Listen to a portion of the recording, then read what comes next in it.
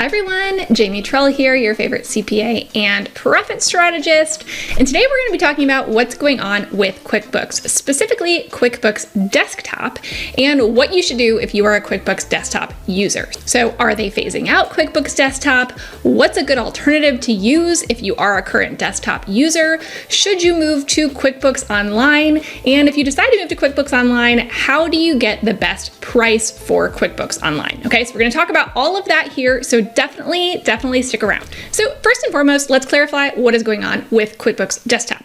That is the software program that you actually will download onto your computer and use. It's not an online program, it's not cloud-based, it is fully computer-based. And a lot of people have used that for a lot of years. For a long time, that was the only QuickBooks that was available. So there are business owners that have 20 plus years of records within QuickBooks Desktop and are super used to the program. And I totally get it. So previously, you could buy QuickBooks Desktop and you wouldn't have to pay for a new program each and every year. Well, now the new QuickBooks Desktop has said, actually, we are going to make you pay to upgrade each and every year to keep your support and all your integrations and everything else that you need to be able to use Desktop effectively. So what that means is people who are still using QuickBooks Desktop 2020 are no longer going to be supported. Okay, those were people who bought it back then. They have not upgraded to one of the annual plans and they've been using it this whole time, but now support is going to be gone as of the end of May 2023. QuickBooks says right here, what does this service discontinuation mean? Can you still use it? Well, technically, yes, you can still use the software, but there's not going to be any live support if you need customer support at all. They're not going to have online backup. There's going to be no more online banking, and you're not going to be able to use payroll service through Desktop. So really, a lot of the functions are just plain gone. And you might be wondering why QuickBooks is getting rid of Desktop in the first place. Why is everything moving to QuickBooks Online? Well, they've been doing this for a while. The writing has been on the wall where most of their resources have gone into QuickBooks Online. It also just happens to be a much bigger moneymaker for them. But in my opinion, I also think it's actually, if not quite a superior product, it has superior functionality. So why are they doing this? Why are they discontinuing Desktop? Why are they trying to move people over to QuickBooks Online? Well, they really for a while now have been prioritizing getting people onto QuickBooks Online. First of all, it's subscription-based, so that means recurring revenue for them, which is more sustainable than a one-time purchase that QuickBooks then has to support forever. So it makes more sense for there to be ongoing revenue coming in to offset the cost of supporting those subscriptions. And let's be honest, the world is just moving cloud-based. As more and more people have solid access to internet and we move away from this computer-based to more mobile in terms of this world that we're living in today, where we're living more from these than we are from a desktop computer, it honestly just makes sense. And you'll notice that QuickBooks is not the only one doing that. A lot of softwares are not actually having desktop type versions that you actually install anymore, and instead are doing things fully cloud-based. And honestly, I expect that trend to continue. I don't see any reason why it wouldn't. Now, years ago, when I first got into the small business accounting world,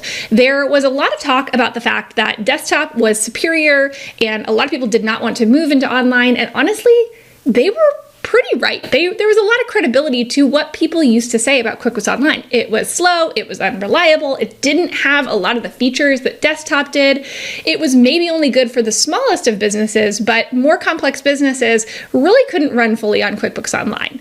And a lot of people even tried QuickBooks Online years and years ago and hated it. So I get it because there's a lot of strong feelings about QuickBooks Online now. But I will say, and this is going to be my defense, the defense I will give them is it's gotten a lot better. There are way more features, especially if you pick the right subscription for you. It should have the features that you need. The vast majority of small business owners will be able to find the functionality that they need within QuickBooks Online. It just takes a little bit of a learning curve. That is the truth. There is a learning curve involved. It is very different than dealing with Desktop. It is not at all the same product. And so it doesn't feel familiar. And I think a lot of people really don't like that, and they can't easily get around something that they have learned, and change is hard. So I absolutely get it. So if that's you, and if you're like, I really wanted to stay with Desktop, but it doesn't make sense anymore because now I'm gonna have to pay a subscription fee anyway, and it's super high, and it looks like everything's moving cloud-based, what do I do?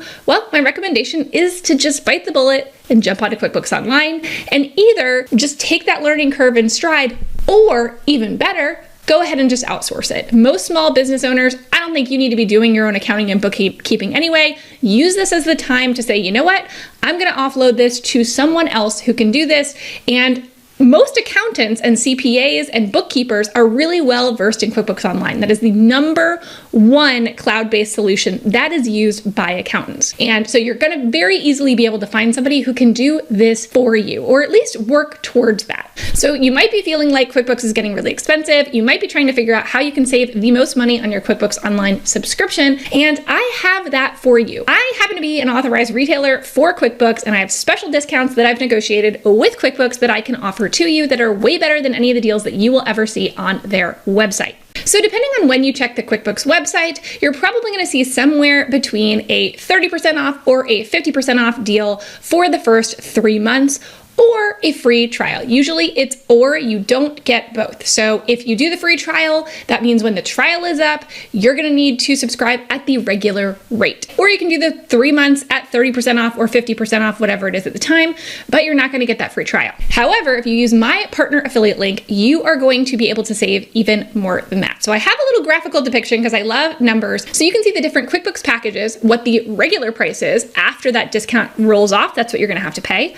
And then you can compare what the QuickBooks website says versus what I can give. So right now when I just checked, it was 50% off on the QuickBooks website for the first 3 months or a free trial. In this case, I'm just looking at the 50% off for the first 3 months and comparing it to my discount, which is 30% off for 12 months and a free trial. So I've basically figured out what the cost is under each of these different plans for the first 13 months that you would be under QuickBooks and compare them against my deal. So you can see that in every single situation, my deal wins out. So no matter which one you need to be on, you will be able to get the best deal possible by using my link, jamietroll.com/QuickBooks. Now, a super important thing to say here is that this is only for new QuickBooks Online users. If you already have created a QuickBooks Online account, it's not gonna work. You would have to create a brand new one and start from scratch over there in order for this discount to apply. So don't go clicking and creating this account through any emails or directly through the QuickBooks website.